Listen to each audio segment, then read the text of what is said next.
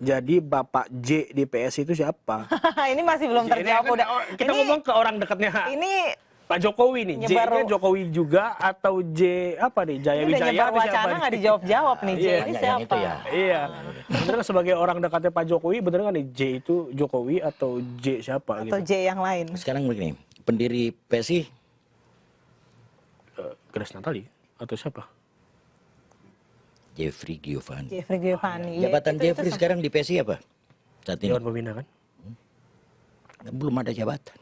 Jadi Oh. Jadi kalian berteka-teki nih. Ya. Masuk sempat nih ininya. disebut juga sih sama Jadi Kaisang J itu antara Jeffrey. J itu Bisa- bukan J yang ini. Bisa Mas Jeffrey, bisa Pak Jokowi. Oh masih teka-teki. Iya, masih Kirain udah final tuh Jeffrey, ternyata bisa.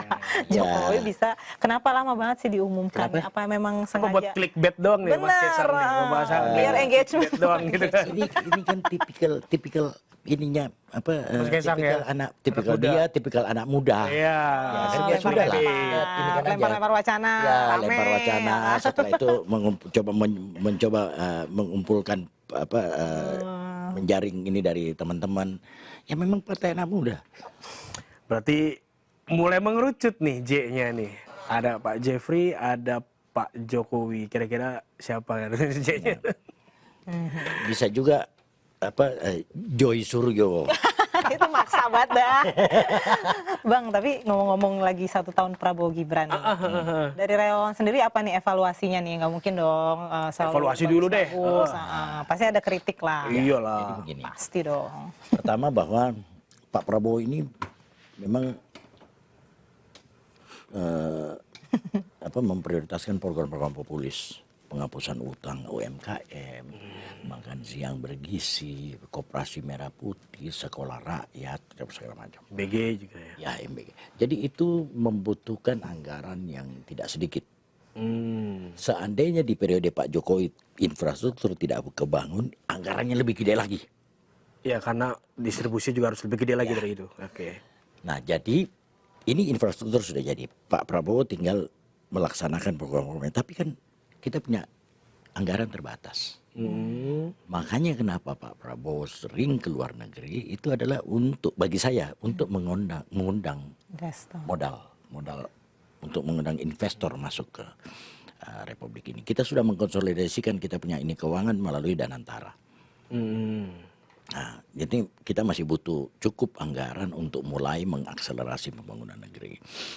Jangan lupa bahwa tadi saya bilang, begitu reformasi orang yang sebenarnya paling tahu bagaimana membangun negeri ini Pak Prabowo. Nah, inilah yang Pak Prabowo lakukan berdasarkan visi beliau. Kebetulan itu nyambung dengan ininya Pak SBY, dengan kemudian sudah dilakukan oleh Pak Ada SBY. keterkaitan, Nyambung dengan connection. apa yang sudah dilakukan oleh Pak Jokowi.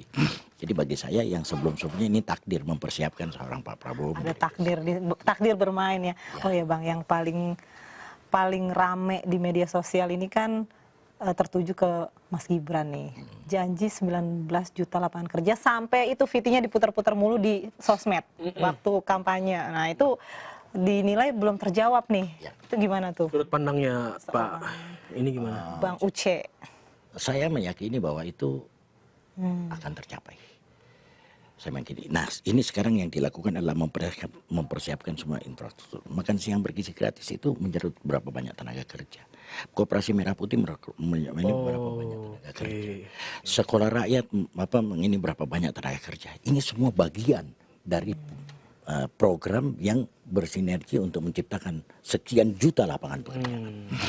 Secara tidak langsung ikut juga berjalan program 19 juta itu, Pak? Ya. Oke, tapi memang sampai saat ini belum banyak yang merasakan Ya, itu ya. sekian. Karena Gen Z masih susah cari kerja katanya. Sekian banyak. Oh, jangan ini.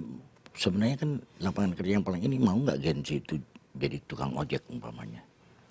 Mau nggak mereka? Itu lapangan kerja yang terbuka, bisa setiap orang. Kan kalau Gen Z maunya yang penghasilannya gede, Pak. Ini Kan problem. Gen Z lulusan kampus. Iya, lulusan Dia mau mengimplementasikan ilmunya. Itu ya banyak juga kok teman-teman yang Kalau Gojek kan dari, saya ojek Grab. online itu kan udah dari dulu udah ada. Iya, tetapi banyak juga kok yang sarjana. Mereka cari tambahan. Masalahnya adalah mereka punya fighting spirit. Mereka tidak dibesarkan dengan semua kemewahan. Hmm. Pada waktu kita memindahkan kelas itu bahwa pekerjaan yang gua mau harus seperti begini, enggak.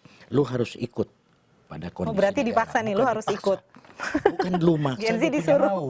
Lantas kalau lu tolak itu pekerjaan, lu anggap bahwa lu nggak dapat kerja. Oke. Memang situasi ekonomi memang memburuk sih Pak. Karena bilang. selain lapangan kerja sulit, banyak pemutusan hubungan kerja. Itu juga kan berpengaruh kan. Nah, Ya, tapi dari sisi pembangunan stabilitas ekonominya juga tidak mendukung gitu Pak. coba kalian lihat permintaan kredit kendaraan bermotor itu naik loh. Mm-mm. Artinya masyarakat punya kemampuan untuk membayar cicilan. Naik kelas dia dari jalan kaki naik angkot menjadi naik kendaraan. Tapi itu nggak patokan sih Pak. Orang kan nyicil bisa aja buat cari duit ya. Kalau dia Tapi nyicil kredit dianggap macet punya juga kemampuan. nambah, Pak. Iya, pinjol Pak, pinjol. Pinjol itu kan karena baik berpikir bahwa kita bisa Tapi- memperbaiki nasib dengan Iya, bypass. tapi artinya kita nggak bisa juga menutup mata ya, walau memang ada yang memang sulit mencari kerja itu fakta, gitu kan. Nah juga, ini yang menarik nih, proyek Pak Joko yang di IKN tuh gimana tuh Pak? Jalan tuh. Masih jalan terus? Jalan. Coba kalian ngikutin ini. Jalan tuh. Ini di sana. IKN Aman itu ya? masalah gengsi bangsa. Gengsi Republik ini. Satu. Apa nih kita pindah ibu kota? Weh. Udah gak sabar dia dibuang ke Kalimantan. Pengen ini Pak, ngonten di sana kayak bagus. Iya, keren Kalau ya, lihat di tapi sosmed. iya, kalau ngeliat keren ya. Kayak Tapi kayak Kalimantan bukan juga nggak di kalah Indonesia. sebenarnya bagusnya ya. Kayak di Jepang terakhir tuh Iya, gue. iya. Bung Karno itu membangun tugu ibu kota di Palangkaraya itu tahun 1958. loh. Apa yang Pak Jokowi lakukan memenuhi apa yang dicita-citakan oleh seorang proklamator. Iya, Pak Soekarno juga bilang bahwa memang ibu kota negara dan ibu kota pemerintahan dan ibu kota bisnis itu memang harus dipisah. Ya. Tidak bisa satu kota karena Pusat Jakarta juga memang Sudah kelebihan dalam beban. keadaan overload. Dengan kalau misalkan sesuatu terjadi pada Jakarta, ibu kota bisnis dan ibu kota pemerintahan bisa hancur satu Iya. sekaligus gitu. Makanya harus dipisah gitu. Dan kebetulan Kalimantan itu kan potensi bencana itu kan Ya. sedikit. Tidak ada gunung di sana. Iya, Kalimantan Gempa kan banyak. juga tergolong kecil ya. Ya. Memang lebih kondusif dari sisi ini ya kebencanaannya. Bang, 1 tahun Prabowo Gibran kasih skor lah. Dari 1 sampai 100. sampai 100. 1 sampai 100. Jangan sampai 11 lagi. Ya, Kita bilang 1000 nih. Iya, 1000 tadi. ya 80 untuk saya. 80. Berarti 80. ada ruang buat evaluasi tetap ya. Ada ruang untuk evaluasi, ada ruang untuk peningkatan, tetapi juga ada ruang yang bisa diisi untuk mengakselerasi. 80 angka psikologis Pak Prabowo Presiden ke-8. Bisa yang 20% yang dievaluasi MBG gimana? Jadi sekarang begini, berapa banyak yang keracunan, berapa banyak dapur yang sudah dibangun? Berapa banyak? Kalau kita bicara soal persentase itu sedikit sekali. Jadi jangan. Tapi keracunan masalah nyawa loh. Pak, masalahnya. walaupun jumlahnya sedikit. Apa itu, Pak? Oke, tetapi maksudnya jangan juga kita begini bahwa ini program gagal total. Kita menghukum mati program ini. Iya. Tetap Ininya ada yang mendapatkan manfaatnya, tetap ada. manfaatnya berjalan, cuma implementasinya tuh masih Perlu banyak perlu banyak evaluasi. Itu 20%-nya itu tadi. 20% itu 20% yang mengevaluasi. Masuk Evaluasi. itu mengevaluasi. Oke. Tapi kalau ngomongin pemerintahan Pak Prabowo sekarang tuh, kalau kita ngelihat garis merahnya, Pak Jokowi bangun infrastruktur, Pak Prabowo sepertinya mau bangun SDM nih. Iya. Ekonomi kerakyatan, bahasa beliau Sumitronomics. Wah. Nah, kerakyatan yang bilang bahwa makanya muncul sekolah rakyat, MBG, tujuannya adalah membangun SDM-nya. Sesuai harapan Bang Uce nggak? Apanya? Pembangunan garis merah itu tuh, kayak Jokowi bangun infrastruktur, Prabowo bangun SDM, atau memang infrastruktur kita masih kurang nih dari Pak Jokowi ini sebenarnya, atau kayak gimana? Kira-kira 25 tahun yang akan datang kita memasuki periode Indonesia Emas. Yes. 20 tahun. 20 tahun. 20 tahun yang akan 20 datang. tahun.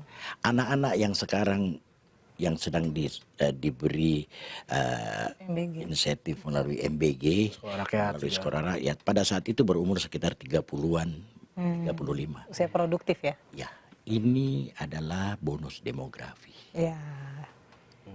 Anak-anak ini akan siap untuk Indonesia Emas 2045. Ini rencana jangka panjang. Karena sebenarnya kalau kita berkaca pada bonus demografi negara lain, Cina dan India adalah yang terdampak pertama gitu kan. Karena India dan Cina katanya memang tidak bisa sepenuhnya memanfaatkan bonus demografi ini, tapi mereka udah maju. Baru setengahnya aja nih gitu kan, mereka belum maju. Karena kan memang kalau misalkan kita ngomongin bonus demografi, berarti bukan mencari, pekerjanya lebih banyak daripada yang tidak bekerja. Artinya pendapatan negara akan lebih banyak dari pajak, gitu kan. Berarti memang ini programnya roadmap-nya masih sesuai dengan harapan Mas Uce nih. Ya. Jadi pada waktu itu mereka lah anak-anak zaman. Di usia saya tahun 2045 tuh usia saya 84. Ya, Sudah bukan ininya kami, banyak sekali yang sudah melewati ini. Tetapi anak-anak zaman ini mereka mendapat insentif melalui makan yang lebih bagus sehingga stuntingnya berkurang, sekolah yang bagus, pendidikan baik dia punya otak maupun hati diisi dengan ini, mereka akan menjadi generasi yang jauh lebih bagus dari generasi kami. Itu anak-anak yang siap untuk tantangan zamannya.